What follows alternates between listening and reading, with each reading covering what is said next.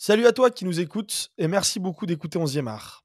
Si nos émissions te plaisent, n'hésite pas à mettre 5 étoiles si tu nous écoutes sur les plateformes de podcast et des petits pouces si tu nous écoutes sur YouTube. C'est hyper important pour notre référencement et c'est ça qui nous permet de grandir. On est aussi présent sur Twitter et sur Instagram si tu veux échanger avec nous et une cagnotte est disponible sur Helloasso si tu veux nous soutenir financièrement en faisant des dons.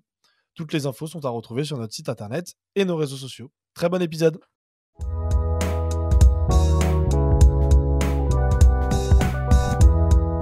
Salut à toutes et à tous les amis, c'est moi Bilal qui vous retrouve aujourd'hui pour un nouvel épisode d'ADN.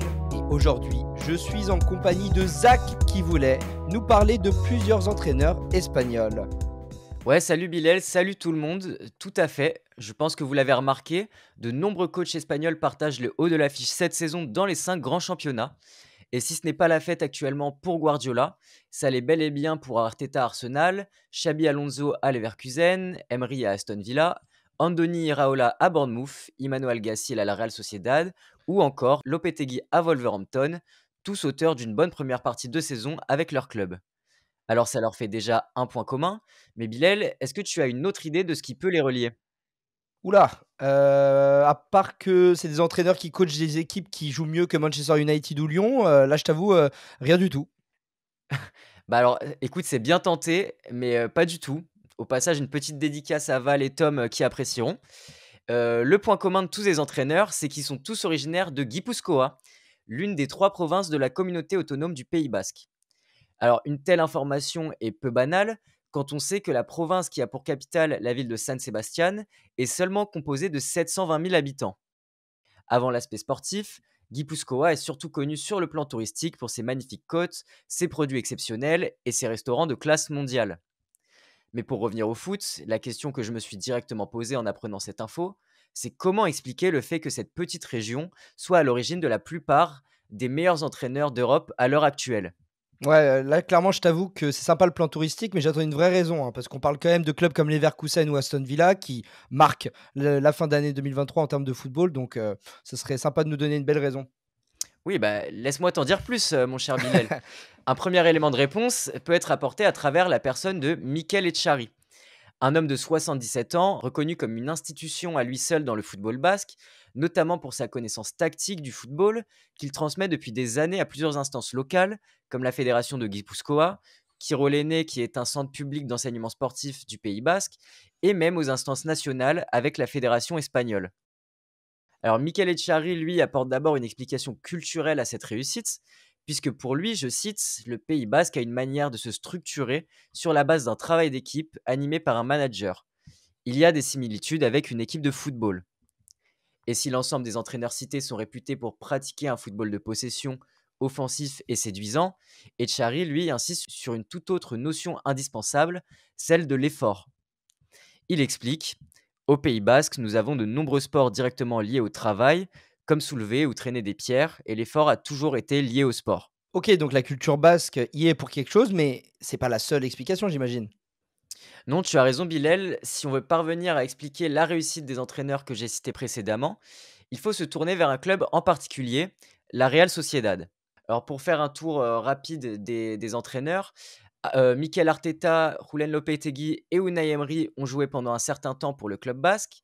Et Lopetegui et Emery ont également été élevés et développés grâce au célèbre programme de formation des jeunes de la Real.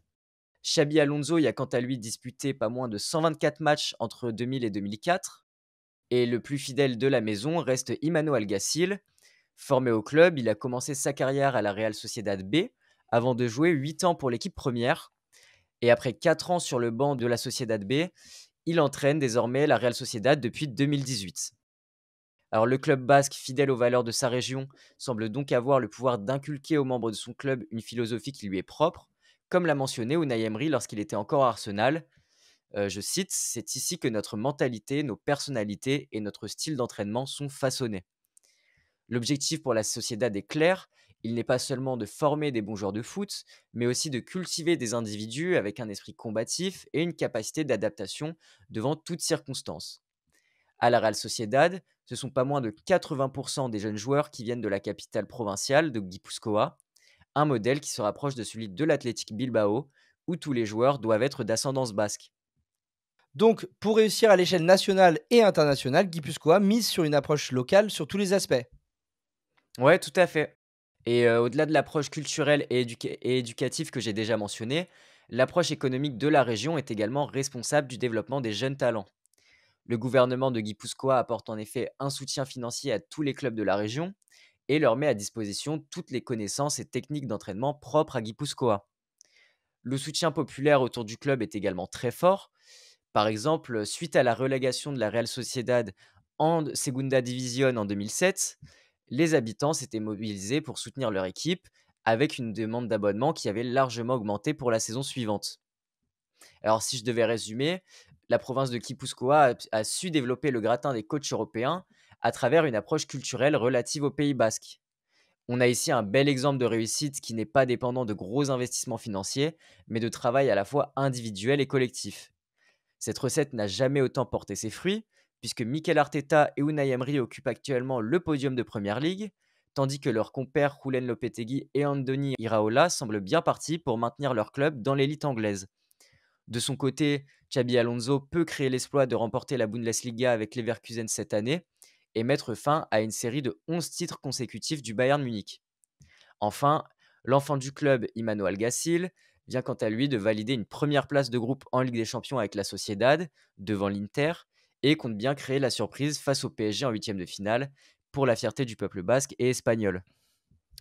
Eh bien, merci Zach pour ce sujet très intéressant. On souhaite un maximum de réussite évidemment à ses coachs et à leur province du Guipuscoa pour la suite. J'espère que vous avez passé un agréable moment sur 11e art et on se retrouve vendredi pour clôturer l'année en beauté. On va rester au Pays basque avec un dernier poteau carré sur l'Athletic Bilbao. Allez, ciao!